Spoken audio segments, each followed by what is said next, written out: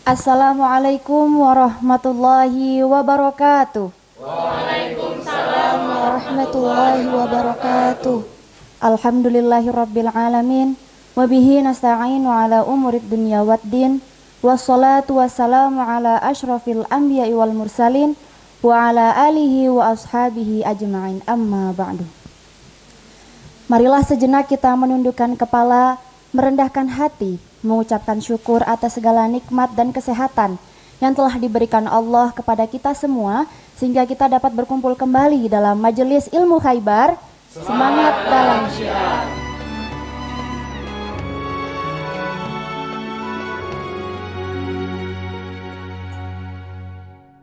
Salawat serta salam tak lupa kita sanjungkan kepada junjungan kita Nabi besar Muhammad sallallahu alaihi wasallam yang telah membawa dan menerangi hati nurani kita menjadi cahaya bagi segala perbuatan baik. Dan insya Allah kita semua menjadi umat Nabi Muhammad sampai akhir zaman. Amin ya rabbal alamin. Sahabat milenial, gimana kabarnya? Masih lancar kan puasanya? Masih. Alhamdulillah. Sahabat milenial, setelah 1 bulan penuh kita menahan hawa nafsu sebagai riyadhah, keimanan menuju kemuliaan kembali ke fitrah. Gema takbir saling bersahutan mengagungkan asma Allah. Sanak saudara, handai taulan, saling mengirimkan doa dan bermaaf-maafan meskipun terbatas oleh jarak. Ramadan yang indah akan segera berakhir dan digantikan oleh suasana baru di bulan Syawal, yaitu Hari Raya Idul Fitri yang penuh dengan sukacita. Nah sahabat milenial, ternyata merayakan Hari Raya Idul Fitri sudah ada sejak zaman Rasulullah. Kira-kira sahabat milenial penasaran nggak nih gimana sih tradisi merayakan Hari Raya Idul Fitri pada zaman Rasulullah?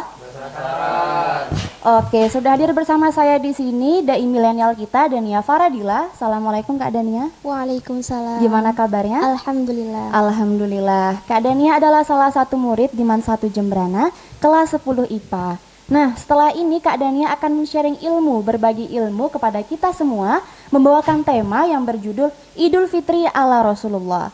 Daripada kita berlama-lama, langsung saja kita simak bersama. Inilah dai milenial kita. Tafadholi Kak Dania. Bismillahirrahmanirrahim. Assalamualaikum warahmatullahi wabarakatuh. Waalaikumsalam warahmatullahi wabarakatuh.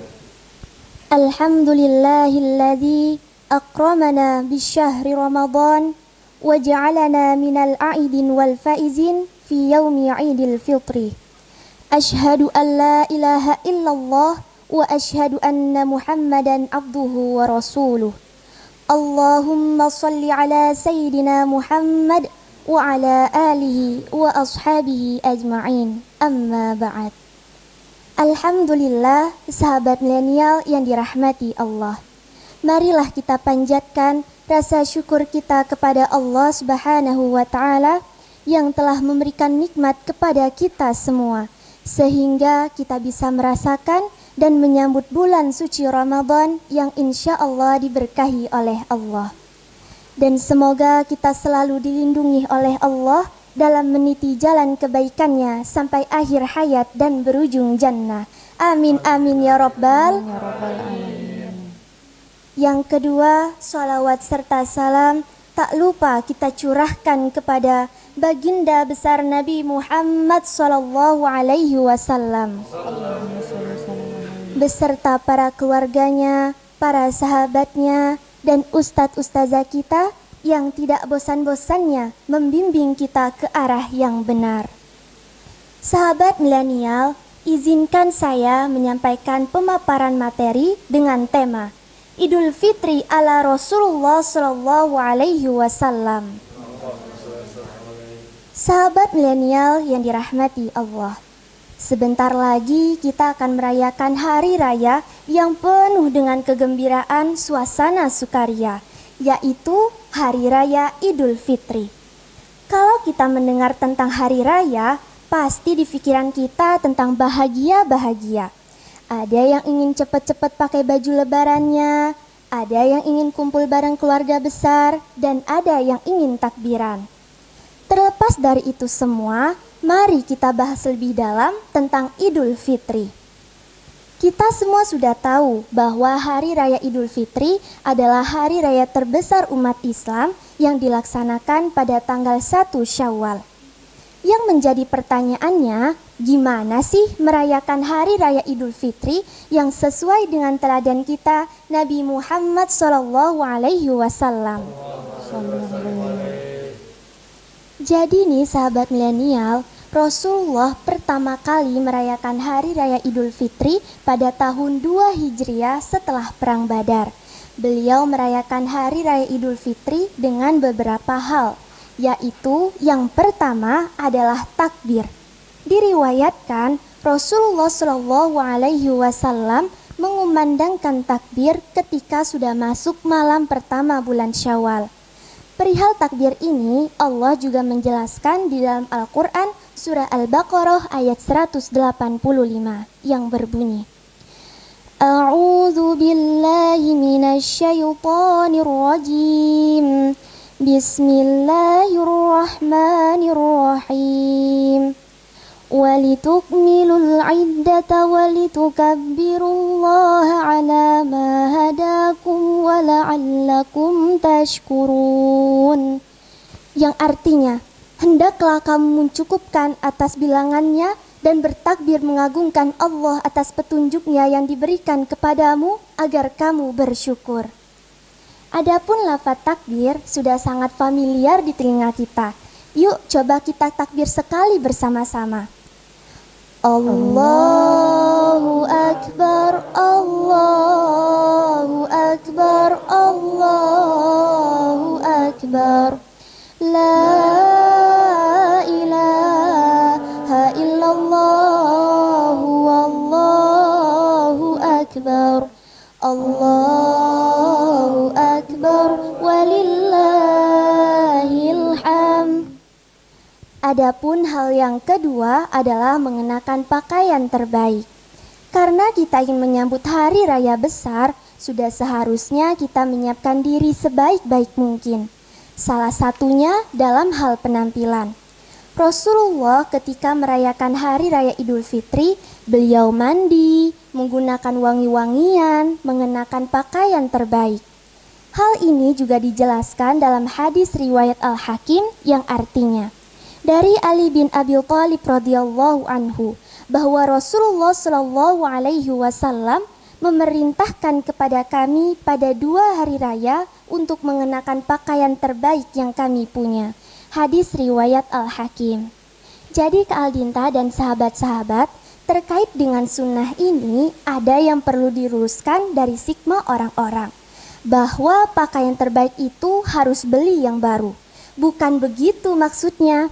Jadi pakaian terbaik itu tidak mesti baru ya teman-teman. Misalkan nih, kita punya baju yang bagus, tidak bolong, dan sopan dipakai di hari raya. Ya itu saja yang dipakai. Jadi ayo kita ubah pandangannya. Nah, khusus untuk perempuan juga, nanti kalau lebaran, dandan atau make up sewajarnya saja. Janganlah berlebihan yang menarik perhatian orang lain. Hal yang ketiga adalah makan sebelum sholat Idul Fitri. Lebaran juga identik dengan makanan yang beragam. Lalu bagaimana sunnahnya kalau soal makanan? Perihal makanan, kita dianjurkan untuk makan sebelum sholat Idul Fitri. Hal ini dilakukan supaya bisa menandakan bahwa pada hari itu kita tidak sedang berpuasa. Karena pada hari raya adalah hari yang diharamkan untuk berpuasa. Rasulullah sendiri sebelum sholat Id, ia memakan buah kurma berjumlah ganjil. Hal ini juga diriwayatkan dalam hadis riwayat Ahmad dan Bukhari. Hal yang keempat adalah sholat Idul Fitri. Kak Aldinta dan sahabat milenial, ini nih poin pentingnya, yaitu sholat Idul Fitri. Sholat yang hukumnya sunnah muakkad, yaitu sunnah yang sangat dianjurkan bagi kaum muslimin, baik laki-laki, anak-anak maupun perempuan. Walaupun hukumnya sunnah, janganlah ditinggalkan. Sholat Idul Fitri kan cuma setahun sekali, jadi jangan ditinggalkan ya teman-teman. Rasulullah juga mencontohkan kepada kita ketika datang ke tempat sholat Idul Fitri dan pulang dari sana hendaklah menggunakan rute jalan yang berbeda sebagai sarana syiar agama Islam kepada masyarakat sekitar. Rasulullah juga mengakhirkan sholat isyraq setinggi 1 tombak atau kurang lebih dari 15 menit setelah matahari terbit. Hal ini dilakukan supaya ada waktu yang cukup untuk menunaikan zakat fitrah. Hal yang kelima adalah silaturahmi. Pada zaman Rasulullah, beliau melakukan silaturahmi mendatangi rumah satu persatu para sahabatnya dan saling mendoakan satu sama lain agar diberikan keselamatan dan menjalin hubungan yang erat.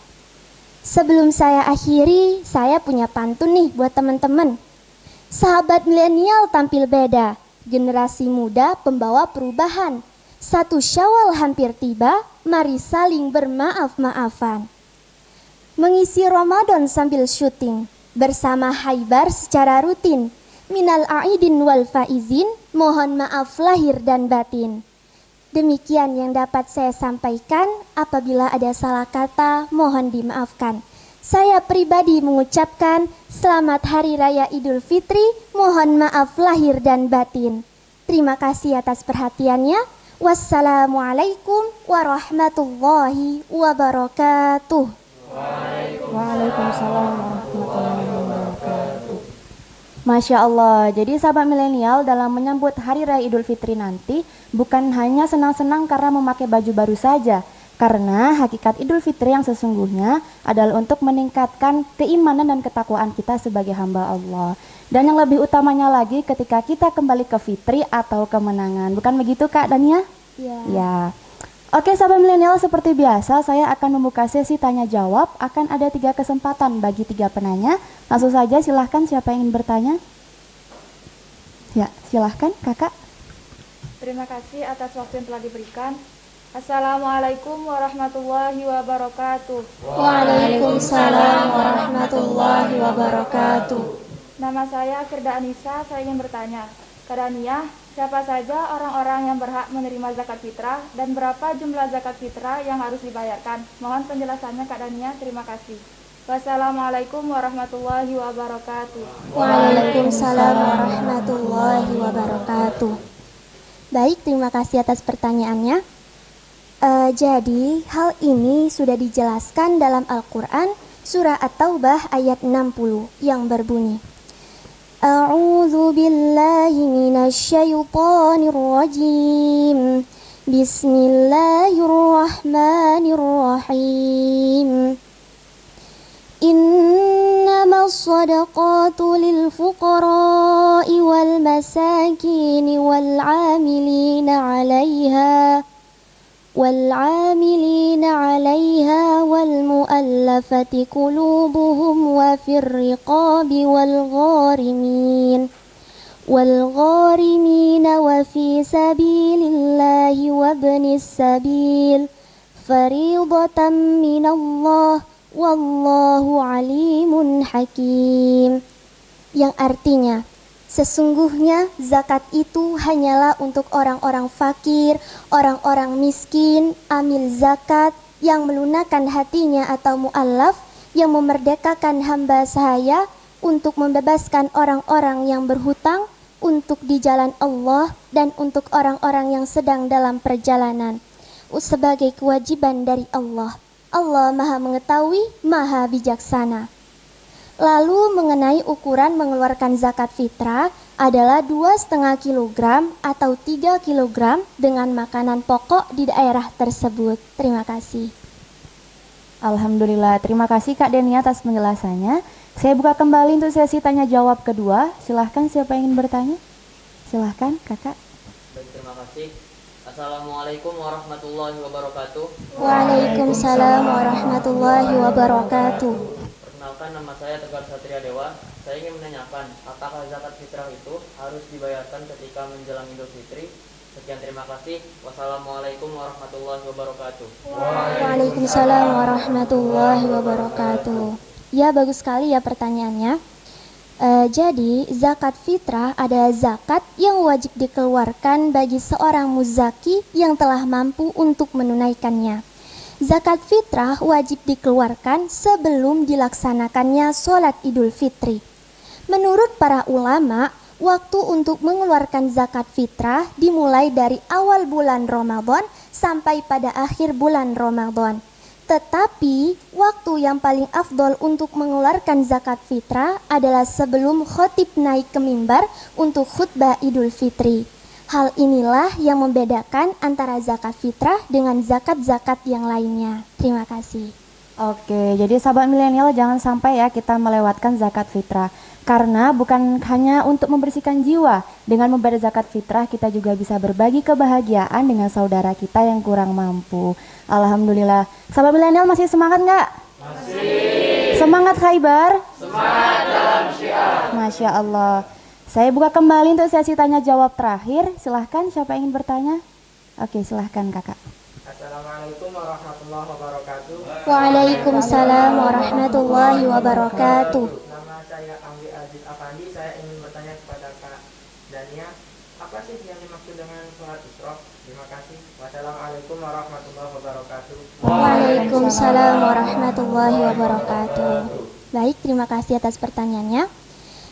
Jadi, sholat isyraq adalah sholat yang dilaksanakan ketika matahari sudah setinggi 1 tombak atau kurang lebih dari 15 sampai 20 menit setelah matahari terbit.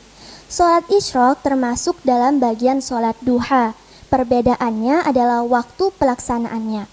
Sholat isyraq dilaksanakan ketika matahari sudah setinggi 1 tombak atau kurang lebih dari 15 sampai 20 menit setelah matahari terbit, sampai matahari mendekati di pertengahan.